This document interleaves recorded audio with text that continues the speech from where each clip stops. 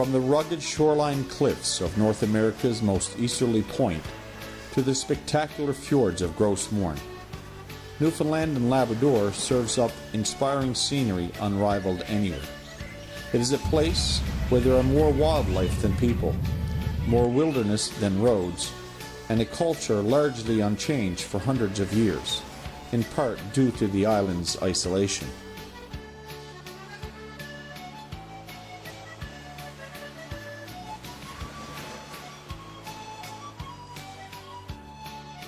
Commonly referred to as the Rock, it's home to Canada's first English settlement, a place that takes you back in time, and a place where often it feels like time stands still. From St. John's, the oldest city in North America, to Little Paradise with a population of just 2, Newfoundland thrives in uniqueness, and where the people are its greatest asset.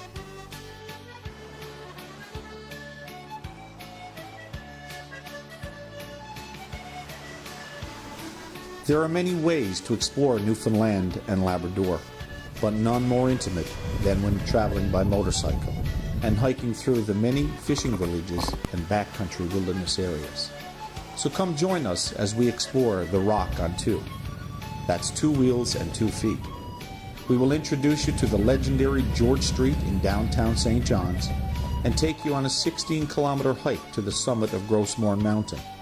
Let us guide you in and out of every bay around this island. So let's get this 2-wheel journey started.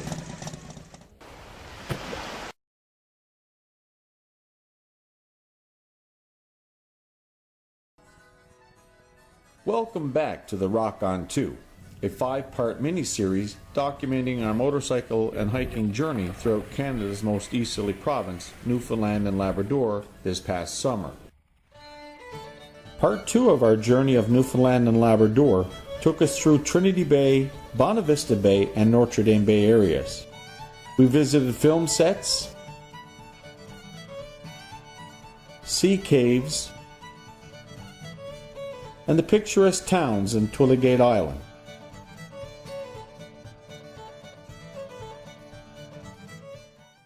In this, episode 3, we will take you through the Central West region of the Rock and into the White Bay and Green Bay region. This area of the province has special meaning for me. Baie Verte, White Bay, is the town in which I was born and lived my early childhood years. I feel a deep connection to this part of the island and always look forward to returning here.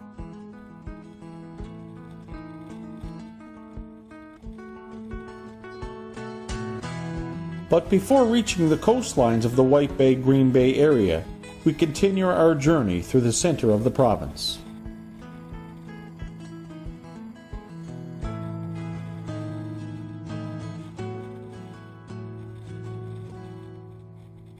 The largest town in central Newfoundland is Grand Falls, Windsor, and it is home to the annual Salmon Festival. Some of the world's most popular bands have played at the Salmon Festival since it started in 1985. Bon Jovi, Aerosmith, Kiss, and the Eagles are just some of the bands that have hit the stage right here in Grand Falls. The earliest recorded history of Grand Falls dates back to 1768, when Lieutenant John Cartwright, while following the Exploits River through the Exploits Valley, named the waterfalls he found Grand Falls. However, it took until 1905 before the town of Grand Falls was established. Worried about the impending war in Europe, Alfred Harmsworth began looking for an alternative source of newsprint for his family's newspaper and publishing business. During their search for a suitable location to build and operate a pulp and paper mill, they discovered Grand Falls. The site had potential due to the access to lumber, the possibility of hydroelectricity, and a deep water port available in nearby Botwood. On January 7, 1905, the Harmsworths and Robert Gillespie Reed, owner of the Newfoundland Railway, formed the Anglo-Newfoundland Development Company, and the mill was constructed and opened on October the 9th, 1909. The mill produced its last roll of newsprint on February 12, 2009, and brought an end to its near 100 years of newsprint production.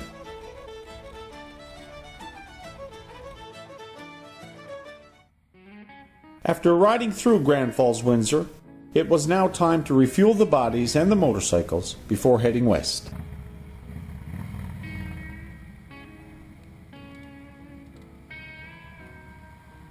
When riding motorcycle, it is important to make time for frequent ride breaks. The impact of the heat from the sun and the effects of riding on the body is a far different experience than you would have when riding within the comforts of your car. We leave Grand Falls shortly after lunch and continue westward through Newfoundland's interior.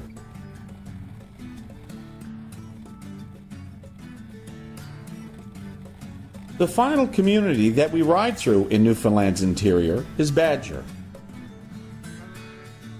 Badger's history can be traced back to the Beothuk Indians. The Beothuk are known to have lived where the Badger Brook flows into the Exploits River. Badger was a strategically important point with regards to transportation by water. The Micmac are also known to have used this area as a campsite when traveling to the Exploits River onto Hall's Bay.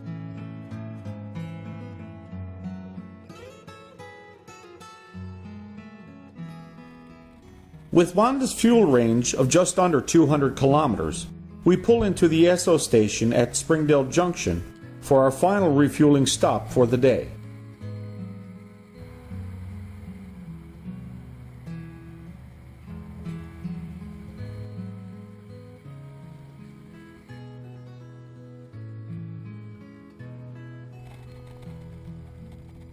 After a 15-minute rest, we are once again back in the saddle and en route to our destination for a 2-night stay and tour of the White Bay and Green Bay area.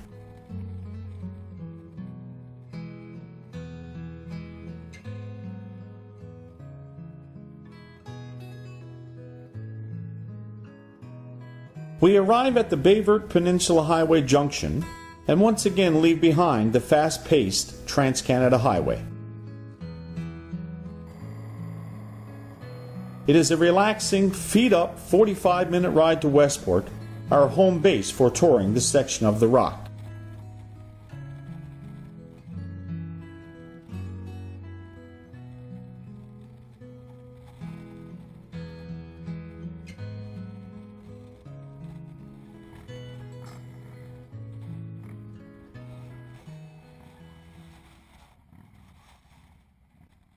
As we lean into the curves of the Westport Road, I am instantly reminded of those car rides many years ago with my parents and the motion sickness I would often experience. The road has improved a great deal since those early days of gravel and dust, and today I'm more than happy to experience it on 2 wheels with my favorite riding partner and wife, Wanda.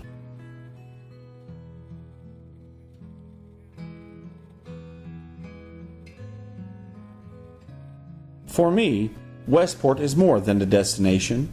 It is also the birthplace of my mother and the hometown to my beloved and remembered grandparents. It is a place that I hold dearer to my heart. Some of my fondest childhood memories are of Westport, and it is a place that brings a warm smile to my face every time I return here. I remember the days long ago of squid jigging, cutting and drying hay, and playing cowboys and Indians up on Round Hill with childhood friends. Friends only in memory now. It's been another long and exhausting day for Wanda and I, and taking an evening break from riding to stroll through town is just what our tired mind, body, and soul needs to regenerate. Digital camera in hand, here are some of the shots that we captured as the sun sets on the bay in Westport.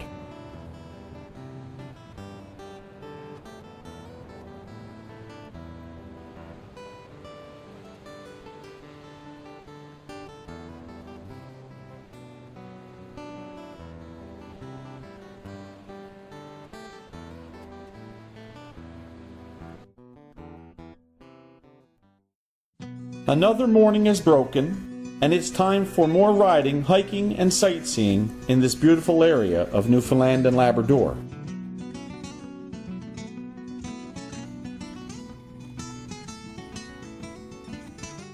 Our first destination today is Fleur-de-Lis, located on the northwestern tip of the Baie Verte Peninsula.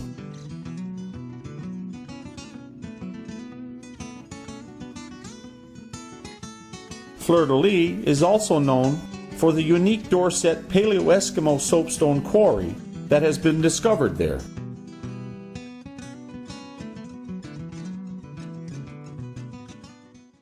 The site is just a short hike from the museum. You can view the quarry of unfinished and finished vessels still visible in the rock face.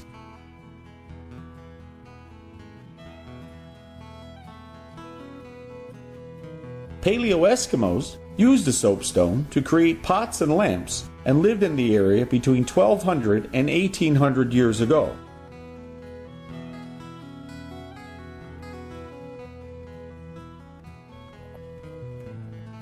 There is also evidence that the maritime archaic Indians used this site even earlier, about 4,000 years ago. We could not resist to hike to the top of the hill for a panoramic view of the area.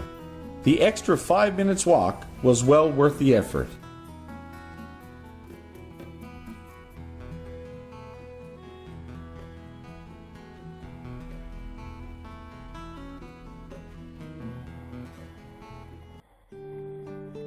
We return to our motorcycles and continue our tour of the Baie Verte Peninsula.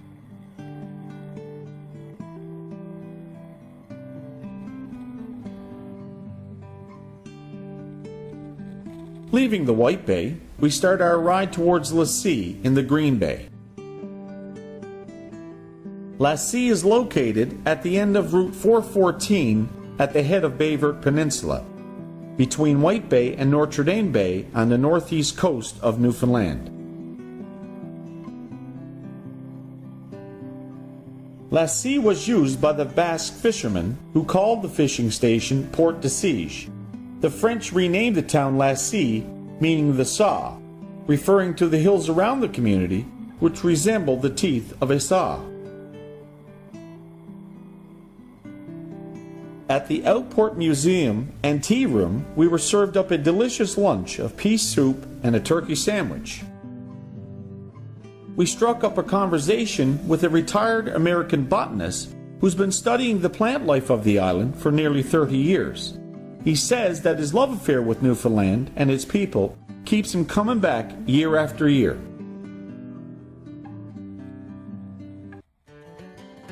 After lunch, we head back Route 414 to the fishing village of Harbour Round. The beautiful round-shaped harbor is filled with small fishing boats and stages. It is refreshing to see that the fishery still survives here, even though on a much smaller scale than was the case years ago.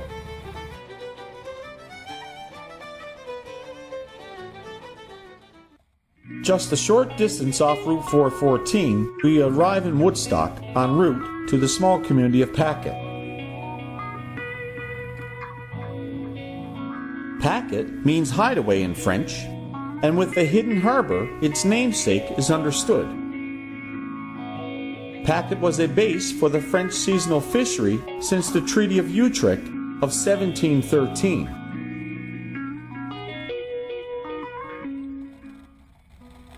Leaving Route 414, we move on to Route 412 and to Scie Cove.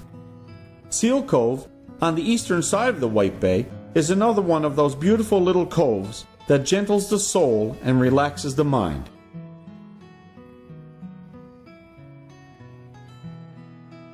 Scie Cove was the location for our mid-afternoon picnic. With the sun beaten down on the harbor and with temperatures nearing 30 degrees, it was time to remove some of that motorcycle clothing and just relax in the hot Newfoundland summer sun.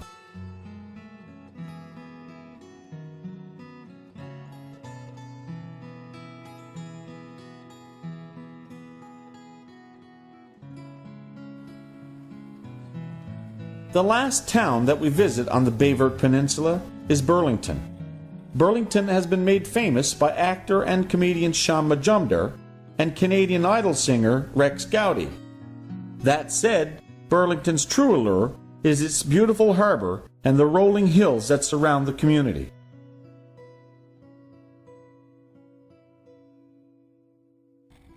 With day 4 coming to a close, we start our ride back to Westport to get prepared for tomorrow's adventures and for that well-deserved good night's rest at my parents' trailer on the bay.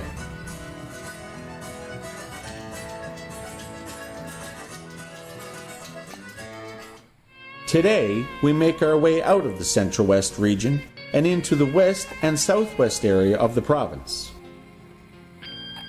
We load our motorcycles and ready ourselves for another full day of riding.